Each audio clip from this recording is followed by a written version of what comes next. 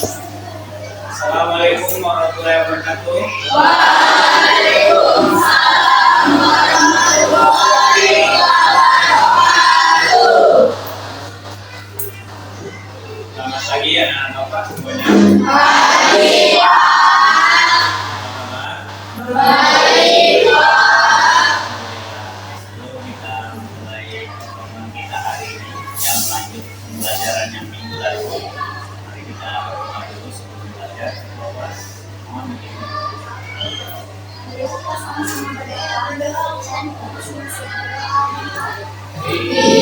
Bismillahirrahmanirrahim.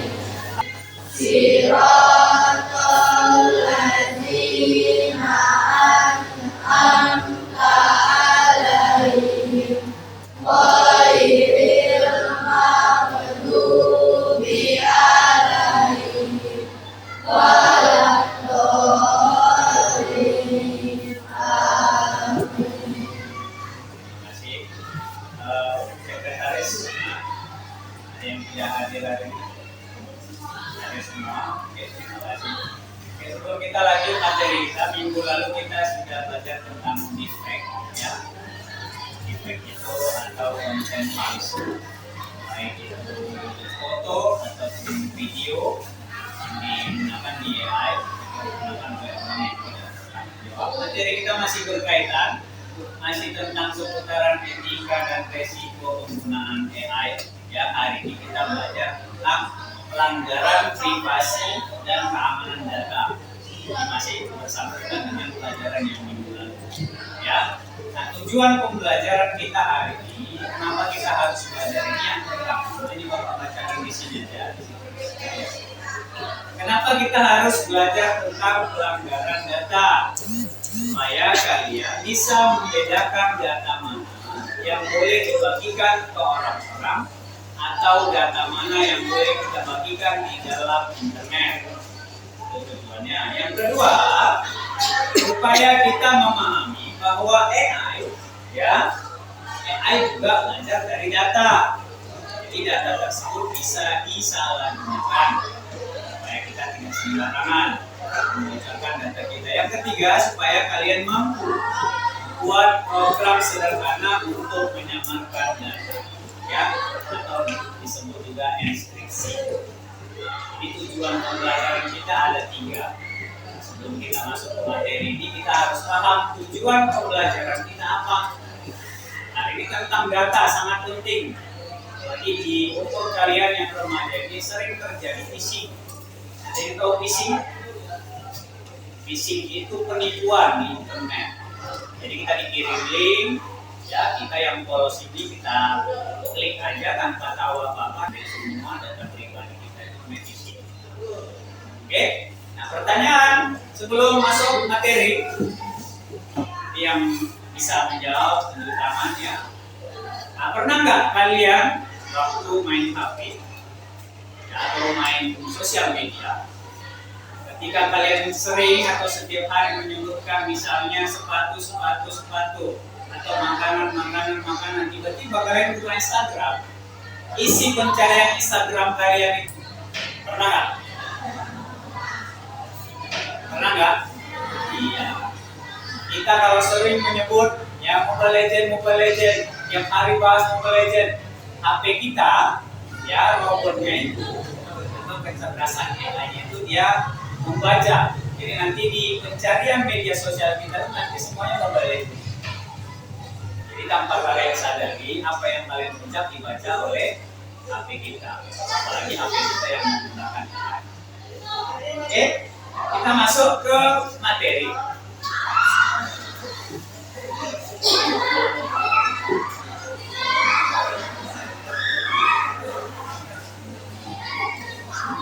Sini ada slide, ya.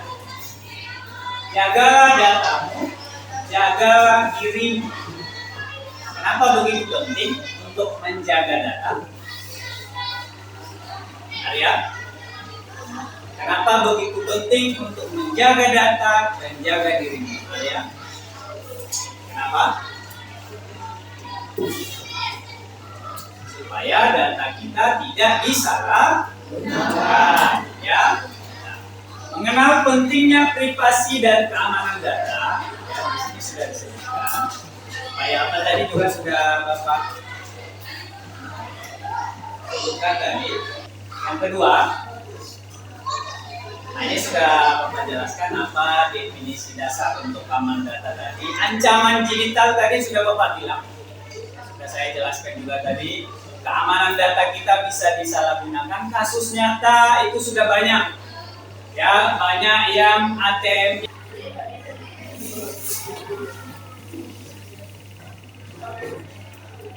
Oke, yang ketiga, privasi dan keamanan. Apa bedanya? Ya, Pak? Apa beda di antara kedua ini, privasi dan keamanan?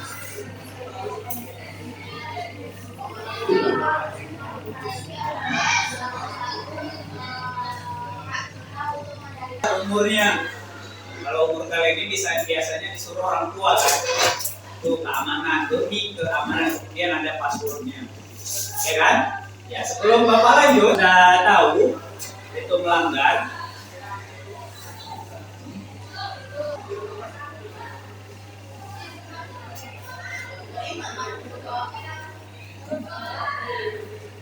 Oke, selanjutnya, nah ini jenis-jenis atau ragam pelanggaran data yang ada di media sosial, ya.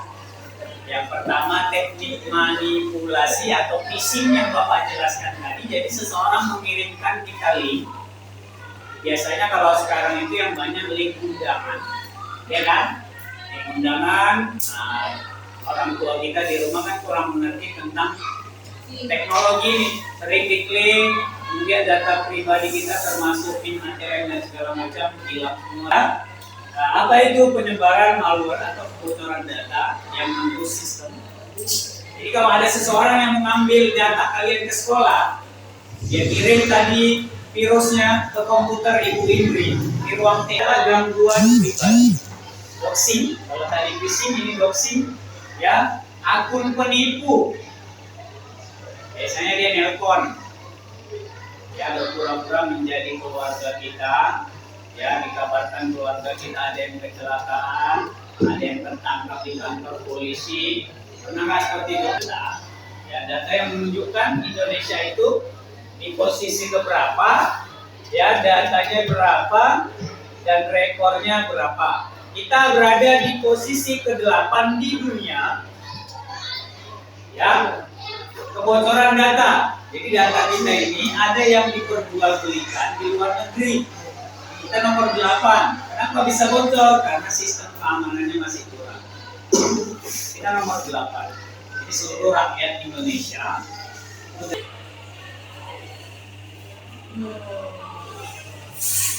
Yang selanjutnya, di sini ada instansi-instansi yang menjadi korban data bocor di Indonesia. Yang pertama itu BPJS Ketenagakerjaan. Ya, jadi di tahun 2003 data yang bocor BPJS Ketenagakerjaan, termasuk bapak kalian, ya, orang tua kalian yang bekerja di pabrik, yang punya BPJS baru 4, masih banyak yang lainnya nanti kita jelaskan. Sampai sini ada yang mau ditanya? Silakan. Masih ada 3 slide lagi. Ada yang mau ditanya? Silakan.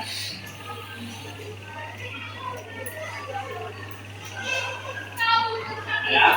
Putri? Tidak ada? Oke, lanjut. Kalau tidak ada, apa dampak buruk kebocoran data bagi kita? Yang pertama apa? Tolong dibaca yang pertama, bisa. Dampak buruk apabila data kita bocor. Apa? Untuk pinjaman. Iya, jadi kalau data kita bocor bisa dipergunakan orang untuk pinjaman online. Jadi kamu tiba-tiba tidak pernah pinjam apa-apa, ya, macam uang bapak cuma 5.000, enak apa hilang. Cuman apa lagi yang salah? Salah adalah data kita sudah dipakai. Ya, oke lanjut. Langkah untuk menghindari, ya walaupun pasti bocor karena banyak hacker, ya banyak hacker di dunia ini yang bisa membobol itu semua nanti. Kita berusaha, yang pertama kita buat adalah sandi yang kuat. Sandi itu tidak boleh nomor aja ya, harus ada hurufnya, kemudian simbolnya, angka kecil ya. Nah, hindari menggunakan tanggal lahir. Jadi yang sekarang menggunakan tanggal lahir, tolong nanti setelah selesai pelajaran ini,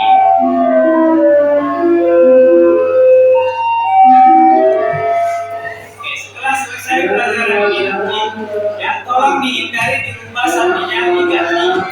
Jangan tanggal lahir lagi, gampang orang bobolnya. Kemudian yang kedua selanjutnya, nah ini hukum pelindung datamu. Jadi di Indonesia itu ada regulasinya ya, yang menyalahgunakan data pribadi orang lain ya. Ancaman pidana tolong dilihat di sini sebelum kita bahas yang ini. Ancaman pidananya denda 5. Jadi kalau ada orang yang menggunakan data kita tanpa izin, ketahuan ditangkap polisi, dia harus denda 5 miliar dan penjara 5 tahun. Itu pelanggaran undang-undang ITE ya. Kemudian mana yang boleh dibagikan ke orang, mana yang tidak boleh. Nanti kalian cek ya, ini satu meja Bapak kasih satu, nanti diskusi satu meja ya, kemudian hasilnya nanti namanya buat di bawah aja, namanya satu bangku buat dua-dua di bawah langsung. Oke, bisa?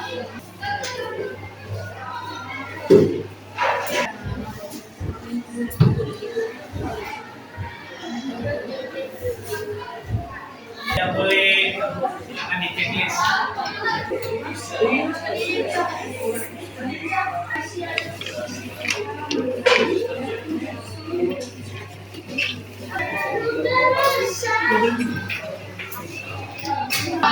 Ini tidak boleh sebenarnya ya. Makanya filter itu sebenarnya bagus dibuat supaya muka asli kita tidak terlihat. Dan ini salah satu tips juga untuk menghindari ya, agar data muka kita tidak bocor kemana-mana. Kemudian yang terakhir, lokasi real time atau biasa kita Sherlockan dulu di mana. Ya, tapi ini juga dibagikan kepada orang yang kita kenal. Kalau bawa sembarang orang jangan. Ya, ya. Kalau sembarang orang jangan. Oke. Ada yang mau ditanya sebelum kita menarik kesimpulan pelajaran hari ini? Silakan ditanya.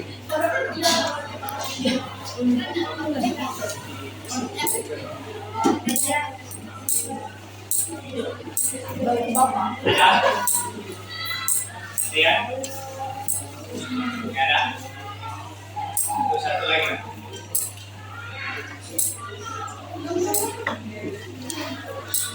Oke, kalau tidak ada, kesimpulan pelajaran kita hari ini adalah jangan terlalu oversharing, terlalu membagikan informasi kepada orang lain. Itu jangan berlebihan membagikan informasi kepada orang lain. Ya, dulu di sekolah kita ada tuh perempuan didatang-datangi ke rumah sama orang yang tidak dikenal. Dia kenal di media sosial, chat dan segala macam, lancar tiba-tiba di error datang, malam datang, tengah malam datang, pagi pun ada di situ, subuh pun ada. Banyak orang gila nak. Jadi tidak perlu terlalu membagikan ya. Yang kedua, gunakan password yang kuat yang tadi Bapak bilang dan sering diganti secara berkala dan hindari tanggal lahir. Ya, apalagi kita sering merayakan ulang tahun, pasti orang ingat. Jadi kalau HP kita jatuh, oh ini HP sini Maulana, oh dia merayakan ulang tahun kemarin tanggal 17. Coba-cobalah seandainya bisa pula di HP itu dibongkar dia kan. Ya, itu hindari ya. Yang ketiga, periksa izin aplikasi. Jadi kalau kita menggunakan aplikasi, ya, carilah aplikasi yang resmi yang bisa di-download di Play Store misalnya. Kalau kita download di Chrome, hindari. Apa itu?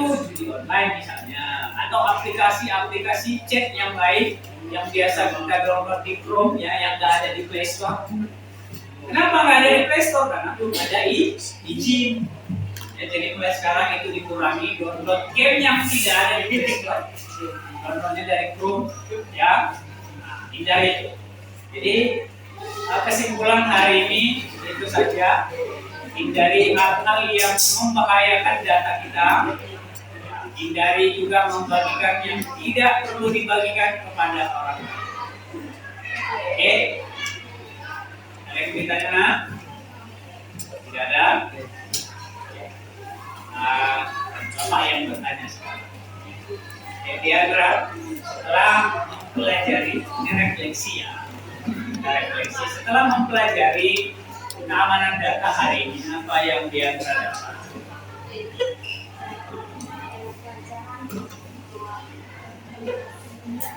Ya, privasi terus. Iya, jaga-jaga. Aura, setelah mempelajari tentang pelanggaran data ini, Aura, apa yang Aura dapatkan?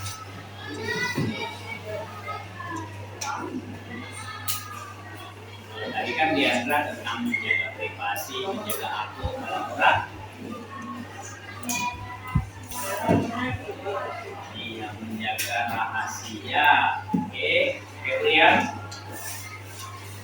Setelah mempelajari pelajaran hari ini, apa yang Febrian dapatkan?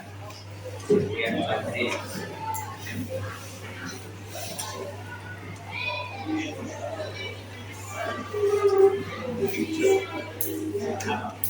Menjaga keamanan.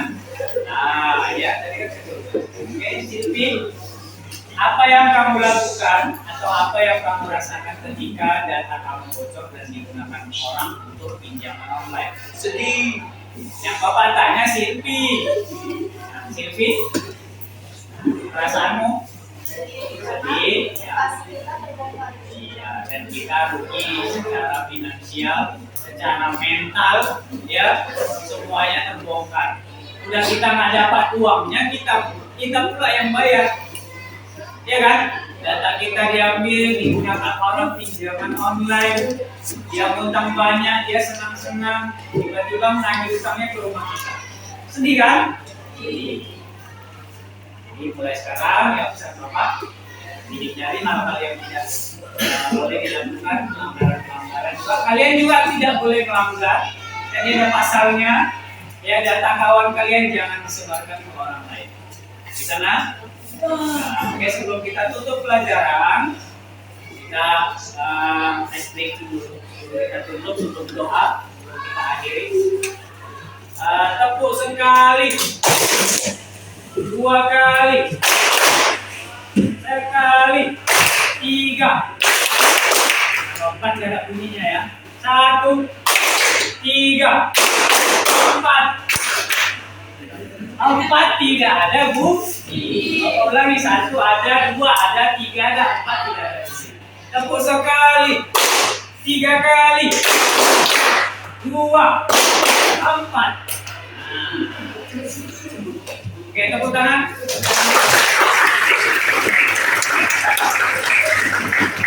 Untuk akhiri pelajaran kita berdoa karena di awal juga kita berdoa. Bapak kita juga dengan doa.